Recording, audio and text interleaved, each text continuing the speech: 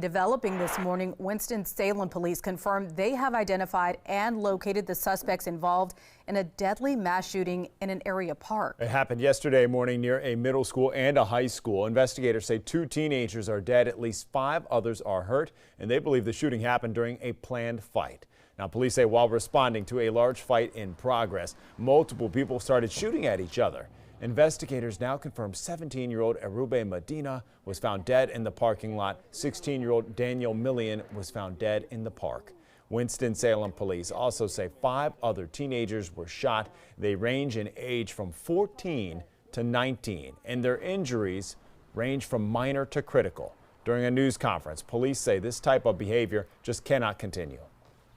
I just had the same conversation about our cell phones and fights and how just having those phones out, how that changes the behavior of our youth. So when I say, hey, we're having problems with kids going out unsupervised in the streets, that means you need to keep up with where your children are.